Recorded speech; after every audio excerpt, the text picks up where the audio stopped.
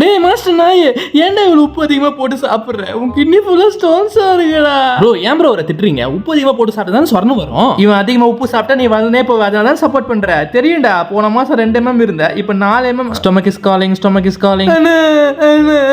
தங்கச்சி ஏமா அழுற?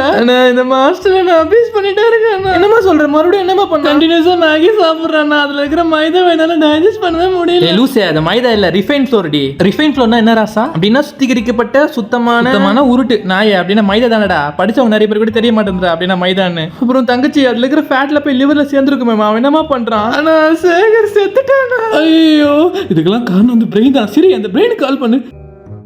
ஃபோன் எடுக்கிறான பாரு, முட்டா பையன்.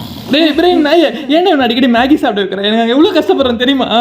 ஏய் யாரா இவன்? அடிங்க போய் மாஸ்டர் கேளுடா. சாரி, போய் மாஸ்டரோட அம்மாவை கேளுடா. சின்ன வயசுல பையனுக்கு ஸ்கூலுக்கு டைம் ஆச்சு மேகி பண்றேன்னு ஸ்டார்ட் பண்ணி இப்போ அவன் வாரத்தில் 4 நாள் பிரேக்ஃபாஸ்டாவே சாப்பிட்டு இருக்கான்டா. ஒரு மாவு பாக்கெட் வாங்கி தோசை சுட்டு கொடுக்க எவ்வளவு நேரம் ஆக போகுது? எல்லாம் சோம்பேறித்தனம். என்ன அம்மாவை சொல்ற? அவங்க ஹெல்த்தியா இருக்கணும் வெஜிடபிள்ஸ்ல போடுவாங்க தெரியுமா உனக்கு? ஏன்னா விஷத்துல சக்கரை போட்டு சாப்பிட்டா விஷம் நல்லதாயிடுமா? இவன் 10 வருஷமா மேகி சாப்பிடறான்டா. அதுல இருக்கிற டிரான்ஸ் ஃபேட் ஹார்ட்ல போய் மாட்டிக்கிட்டு அவனால பம்ப் பண்ண முடியாம துடிச்சிட்டு இருக்கான். அதுல இருக்க ரிஃபைன் கார்போஹைட்ரேட்ஸால பான்கிரியாஸ்ல இன்சுலின் ரெசிஸ்டன்ஸ் வந்து அவன் நாய் மாதிரி கத்தின்னு இருக்கான். அந்த சோடியம்னால கிட்னி ஸ்டோன்ஸ் அதிகமா வந்து நீயும் சட்னி ஆக போற. இப்பவே பிபி 150 மேல இருக்கு.